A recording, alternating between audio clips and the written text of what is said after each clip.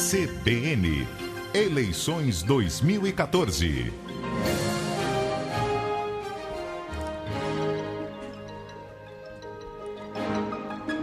As eleições estão chegando dia 5, justamente, de outubro, e você já escolheu o seu candidato ao governo do estado de São Paulo?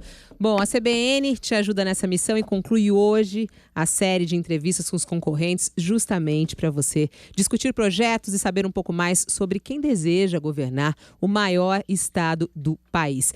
Lembrando que a ordem foi definida por sorteio. 2 candidatos, Geraldo Alckmin, do PSDB, e Raimundo de Jesus, do PCO, não participaram justamente dessa rodada porque não compareceram e nem mandaram representantes no sorteio. Então, não participaram dessa rodada. E, a partir de agora, a CBN São Paulo também se une à CBN Campinas e CBN São José do Rio Preto para a transmissão dessa entrevista. Você, ouvinte, é certamente nosso convidado especial. Pode participar mandando para cá sua pergunta, fabiola.cidral@cbn.com.br, ou também pelo WhatsApp. O nosso telefone no WhatsApp é o 999-131-943. O nosso 7º e último entrevistado aqui é o candidato do PT, o Partido dos Trabalhadores, Alexandre Padilha. Ele nasceu em São Paulo, tem 42 anos, é formado em medicina pela Unicamp, tem especialização em infectologia pela USP. É filiado ao PT desde os 17 anos de idade, iniciou a carreira política muito cedo em movimentos estudantis, foi coordenador nacional das campanhas à presidência de Lula em 89, também 94, e em 2004, durante o primeiro mandato do governo Lula, assumiu o cargo de diretor de saúde indígena da Funasa. No ano seguinte, foi conduzido para a Secretaria de Relações Institucionais da Presidência, onde permaneceu até 2010, primeiro como assessor, depois como ministro. E, na sequência, em 2012, foi nomeado ministro da Saúde no governo Dilma, cargo que ficou até o final, inclusive, do ano passado, começo desse ano, para se candidatar ao governo do estado de São Paulo. Na pesquisa Ibope divulgada ontem, ele aparece na 3ª colocação, 8% das intenções de voto, o mesmo índice do levantamento anterior. No entanto, lidera a rejeição na pesquisa Ibope com 23%.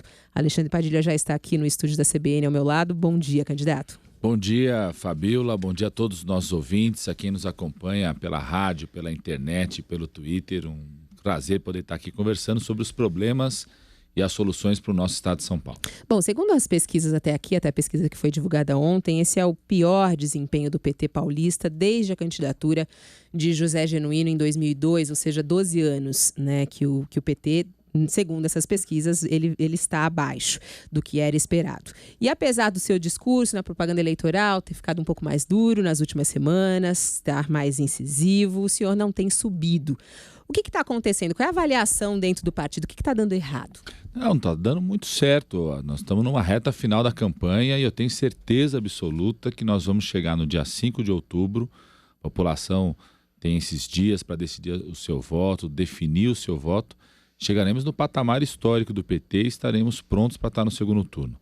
Essa é uma eleição diferente das outras, ela é uma eleição mais curta, onde tivemos um momento de comoção com a própria morte do Eduardo Campos, tem muito debate em torno da campanha presidencial e faz com que as pessoas comecem agora a ficar mais atentas à eleição do governo do estado de São Paulo. E tenho certeza absoluta que a população vai optar por um projeto de mudança. Quem enfrenta o metrô lotado todo dia, quem tem o filho fica com medo do que o filho que foi estudar à noite se vai voltar para casa seguro ou não, o comerciante que tem medo hoje de ampliar o seu comércio, as pessoas que estão há meses esperando para fazer exames. Ontem eu estava em Franco da Rocha, numa cidade onde o hospital estadual foi fechado, o pronto-socorro foi reduzido, o ambulatório reabriu com 30% a menos de leitos, e as pessoas esperando 8 meses para fazer um exame, fazer uma cirurgia. Tenho certeza absoluta que essas pessoas vão optar por um projeto de mudança e nós estamos agora na reta final com muita campanha de rua para conversar com essa população. Não é o que a pesquisa mostra, né? Esse desejo de mudança. Inclusive em outros estados,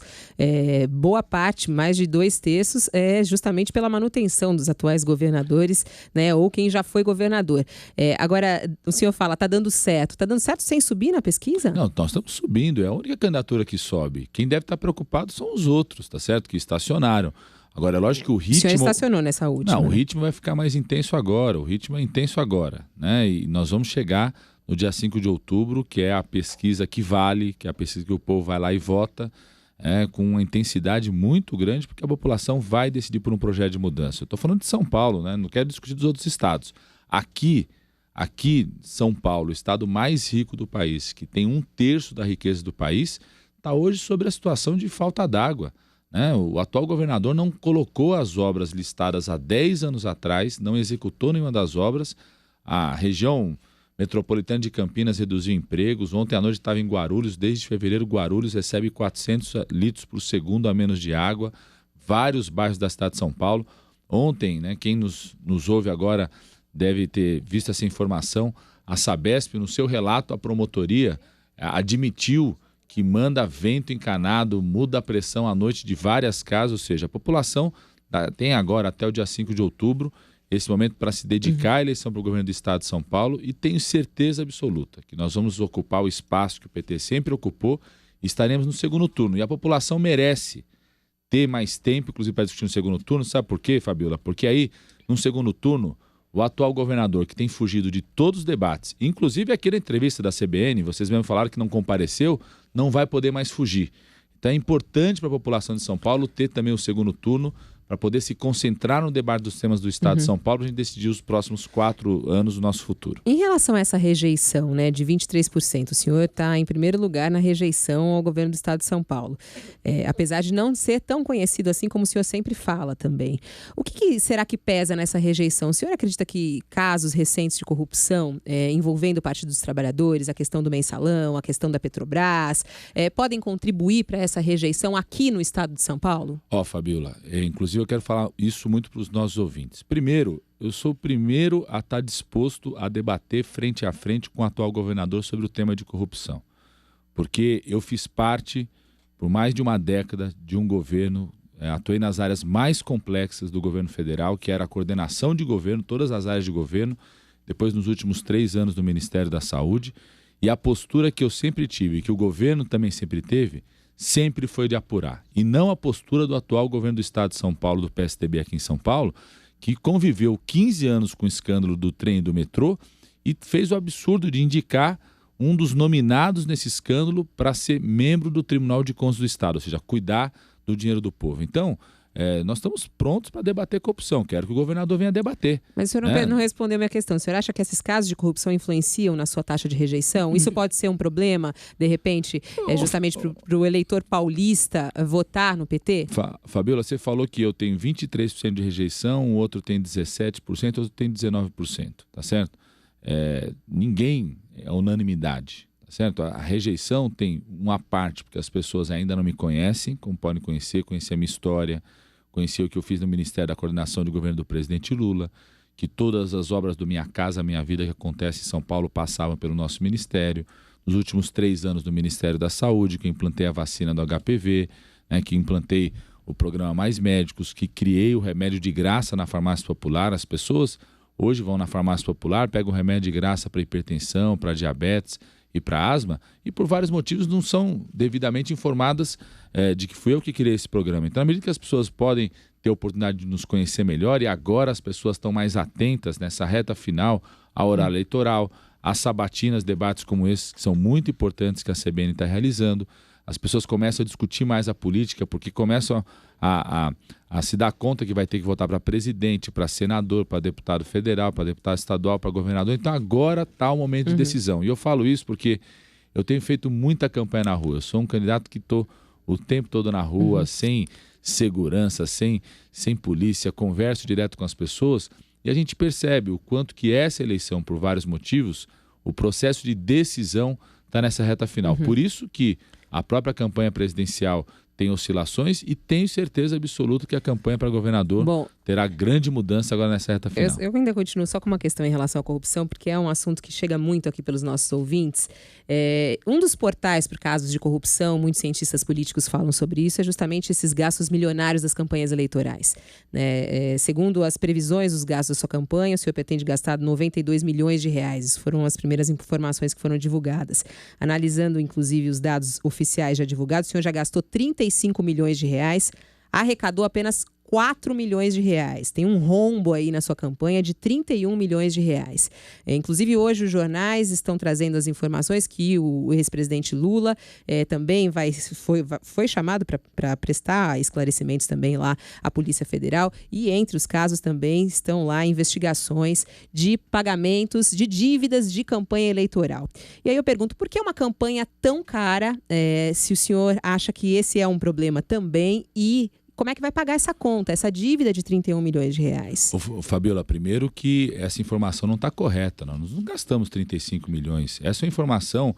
Está no site do... Não está no site. Fico impressionado como... As despesas, está lá. Como informação incorreta como essa fica sendo repetidas várias vezes e depois se transforma numa verdade. Não é uma informação correta. Está no site do Tribunal Regional Eleitoral. Não, o que está no site do Tribunal de Contas, porque foi essa pressão de contas que nós fizemos, o que é? Nós programamos e fizemos contratos com TV, com área jurídica. Isso não significa que a gente já gastou 35 milhões. É que aparece lá como despesas, não, né? Não, aparece como contrato. Como contrato firmado e empenhado.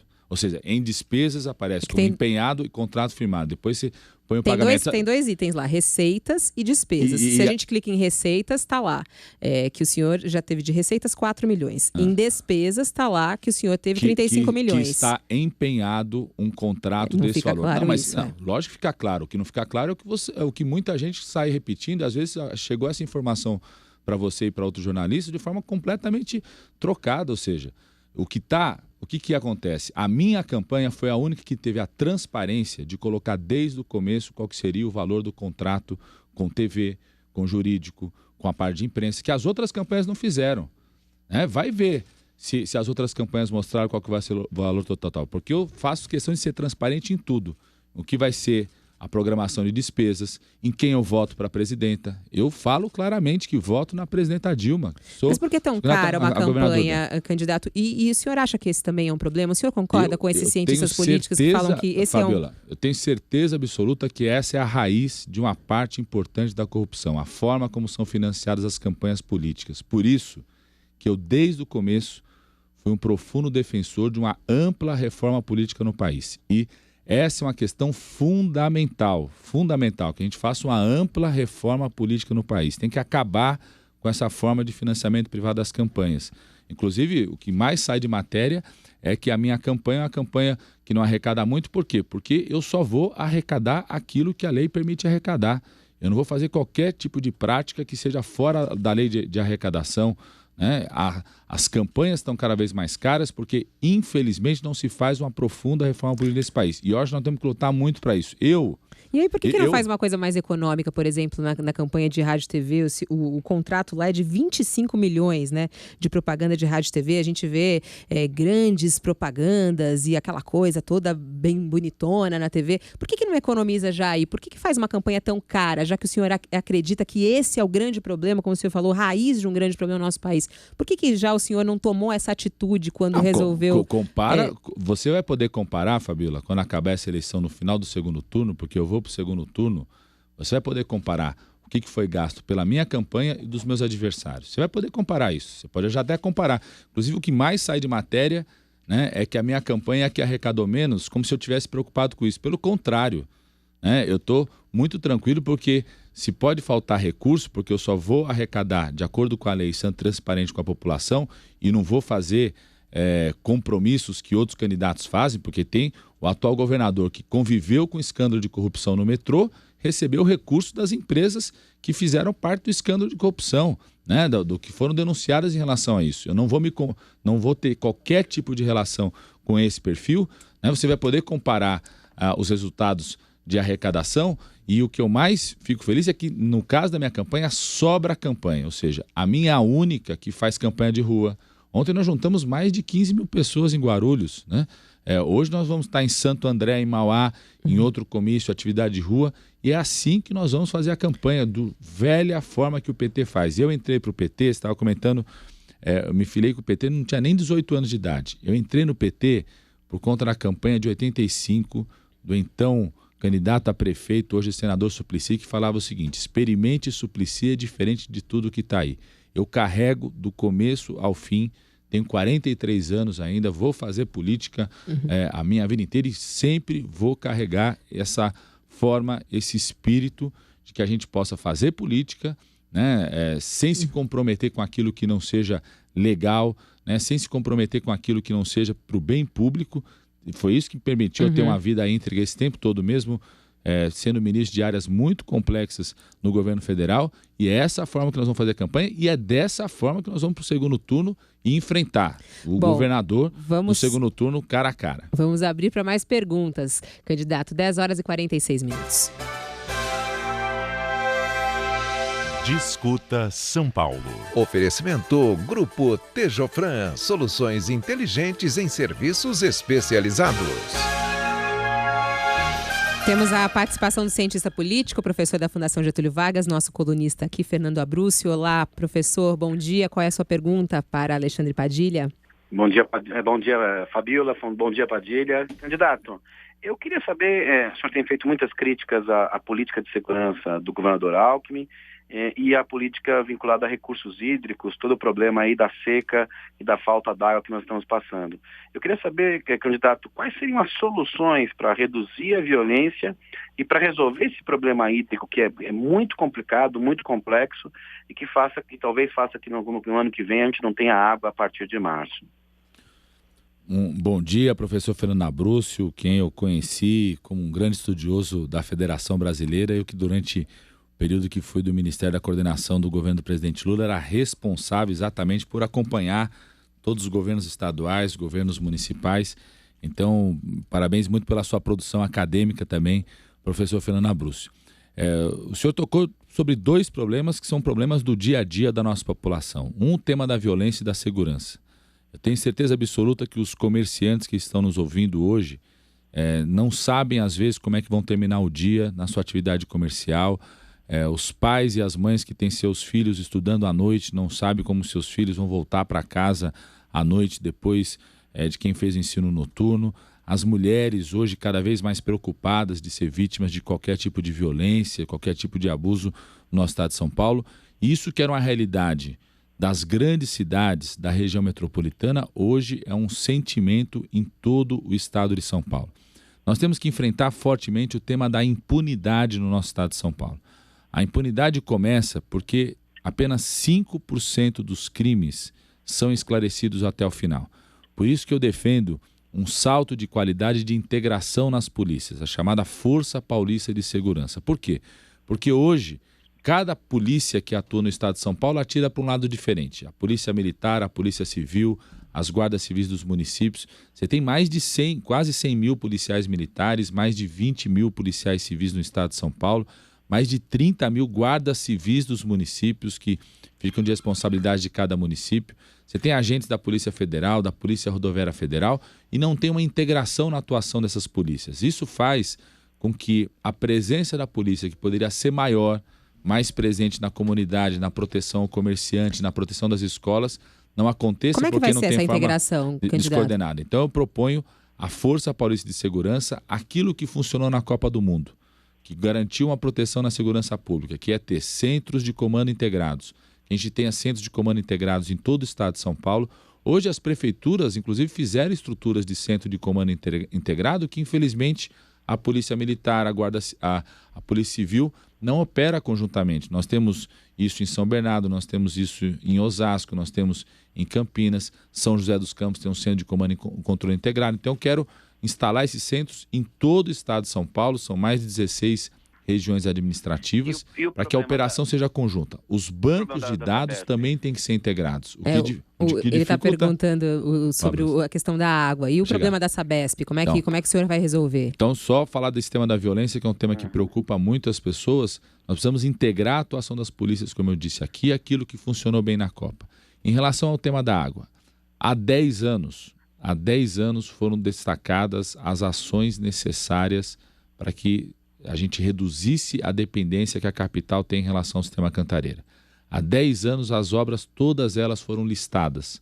E, infelizmente, o atual governo do estado de São Paulo não tirou essas obras do papel. Ou seja, não executou as obras que já estavam listadas e planejadas pela própria Sabesp. E recurso tinha para isso. Porque só em 2012 a Sabesp lucrou 2 bilhões de reais com a cobrança das contas d'água da nossa população. E ao invés de investir esse recurso em obras, distribuir esse recurso entre os acionistas lá em Nova York. seja, recurso tinha para isso. Então, o meu programa se chama Programa Água Dia e Noite. Ele está no site padilha13.pt. Lá está detalhado todas as obras que serão realizadas, as ações, mas de forma sintética eu vou falar que nós vamos agir em 3 eixos. Primeiro, tirar todas as obras que foram listadas há 10 anos do papel. Elas custam ao todo cerca de 5 bilhões de reais, ou seja, a Sabesp lucrou em um ano 2 bilhões de reais. Recurso tem para isso. São obras que aumentam a capacidade de reservatórios, faz interligação entre reservatórios que já existem, captam água em outros pontos do estado para a gente reduzir a dependência em relação à cantareira. Segundo, incentivos, inclusive com redução de impostos, para que empresários, administradores de condomínios, produtores rurais possam adotar novas tecnologias que utilizem água do reuso. Citar exemplos, várias prefeituras do PT reduziram impostos para que as empresas de transporte utilizem água de reuso e de captação de água da chuva para lavar sua frota, não disputar com a água que chega na casa das pessoas. Eu, quando fui ministro da Saúde, coloquei como regra para a construção de novos hospitais a utilização de água do reuso e captação de água da chuva para você lavar a garagem, lavar o pátio, ou seja, não disputar com a água que chega para o cidadão. Eixo? E o terceiro eixo é proteção dos mananciais. Nós precisamos proteger os nossos mananciais, fazer as obras de urbanização das comunidades, tratamento de esgoto, proteger o aquífero Guarani, que é uma água subterrânea que é muito importante para o interior do nosso estado de São Paulo, que cada vez mais aprofunda a captação. Então, esse conjunto de propostas estão nesse programa Água Dia e Noite. Obrigada, Fernando Abrúcio, pela pergunta. A gente também tem pergunta pelo nosso WhatsApp, tem muitas perguntas aqui. Eu peço até que o senhor seja um pouco mais objetivo para que a gente possa fazer outras perguntas. Tiago Barbosa. Pois é. Bom dia, candidato. Bom dia também ao Fabíola mais uma vez. E só entre os muitos ouvintes aqui pelo WhatsApp da CBN, candidato, perguntam e falam sobre uma das suas principais bandeiras de campanha, o programa Mais Médicos. Tem várias críticas, entre elas a Ana Carolina Salma, que é médica do trabalho, pergunta especificamente um ponto. A visão dela seria muito melhor um número de aumento de vagas de residência, já que tem médicos que se formam, não conseguem residência, seria uma mão de obra barata para o Estado. O senhor vai atuar justamente nesse ponto ou vai continuar com os médicos falando em espanhol, como se Espera até um minutinho que tem outras perguntas em relação a isso, eu já vou emendar, que aí o senhor já responde direto sobre os Mais Médicos. A ouvinte Regina, que é médica e brasileira, ela tentou participar do programa Mais Médicos aqui em São Paulo, assim como outros colegas, diz que enfrentou uma série de burocracias e não conseguiu. E ela pergunta se houve uma preferência aos médicos cubanos, já que parte do salário deles vai para o governo cubano e que é amigo do governo brasileiro atualmente. Então são duas questões aí relacionadas ao programa Mais Médicos dos nossos ouvintes. Quem buscou conhecer o programa Mais Médicos desde o começo sabe que além de trazer médicos brasileiros ou de outros países para atender a população que mais precisa, um dos eixos do programa Mais Médicos foi exatamente fazer isso que a Ana Carolina falou, que é abrir mais vagas de formação de residência médica. O programa Mais Médicos vai abrir mais 6 mil vagas de formação de especialistas que o Brasil precisa. E os estados, com o recurso do Ministério da Saúde, os estados podem se mexer para isso. Eu coloquei no meu programa Mais Médicos Especialistas que nós poderemos abrir aqui em São Paulo pelo menos mais 3 mil vagas de formação de especialistas por ano, exatamente para fazer isso que a Ana Carolina falou. Ontem eu estava em Franco da Rocha. Franco da Rocha é uma cidade que fica aqui na região metropolitana de São Paulo. Fui visitar as unidades base de saúde. Hoje tem mais de 20 médicos do Mais Médicos em Franco da Rocha, atendendo a população em unidades que não conseguia ter um médico há mais de ano. Ontem eu conversei com a médica a doutora Daniele, que é uma brasileira, que moradora de Campo Limpo Paulista, depois foi trabalhar em Várzea Paulista, e o sonho dela era ser médica. E ela não conseguia entrar na faculdade de medicina aqui no Brasil porque nós não tínhamos número suficiente de vagas aqui no Brasil. Foi estudar fora do país e teve a oportunidade de voltar para o Brasil agora e atender a população mais pobre do nosso estado de São Paulo, exatamente pelo Mais Médicos. Quem anda pelas comunidades, pelas periferias, que não tinham médicos, infelizmente, em número suficiente, não é porque os médicos não queriam ir para lá, não tinha número suficiente de médicos para atender, sabe a mudança que esse programa está fazendo. Agora, como governador... da Regina, da médica, ela tentou se candidatar, ela queria trabalhar no programa Mais Médicos aqui em São Paulo e não conseguiu.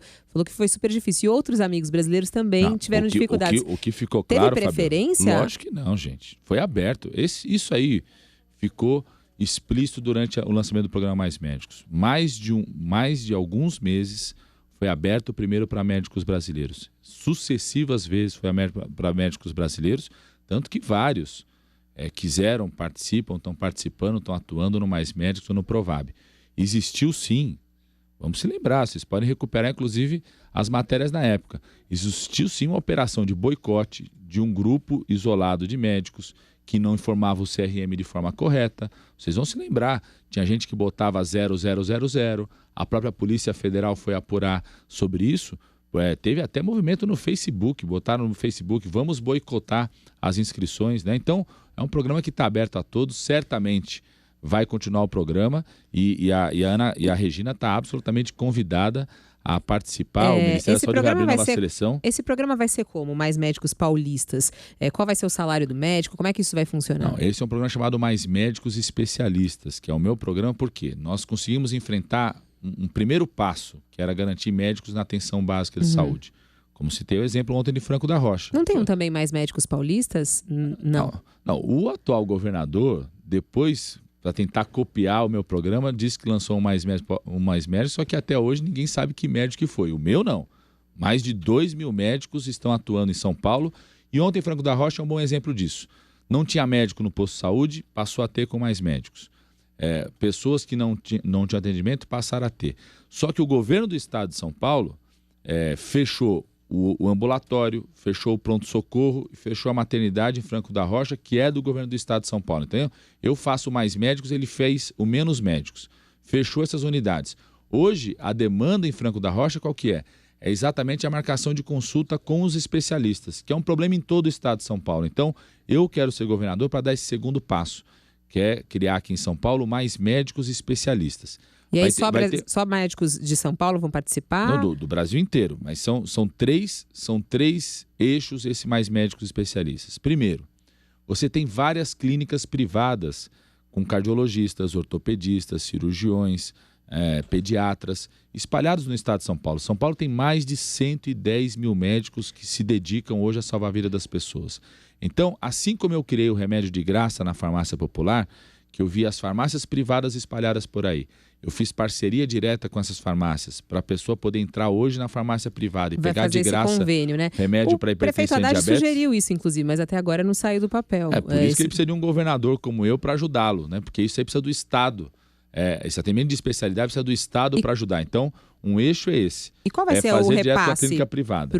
Qual vai ser o repasse? Quanto que esses médicos vão ganhar? Qual vai ser o... Não, aí você paga pelo atendimento, né? Por exemplo, eu quando Tabela SUS, não? Não, você paga um valor que é estabelecido. Ou seja, por exemplo, vocês vão determinar esse valor ainda? Tem alguns, você faz o processo de licitação. Então, tem alguns, por exemplo, cirurgia oftalmológica. No Brasil inteiro, Fabiola, eu apoiei a realizar isso para cirurgias de catarata.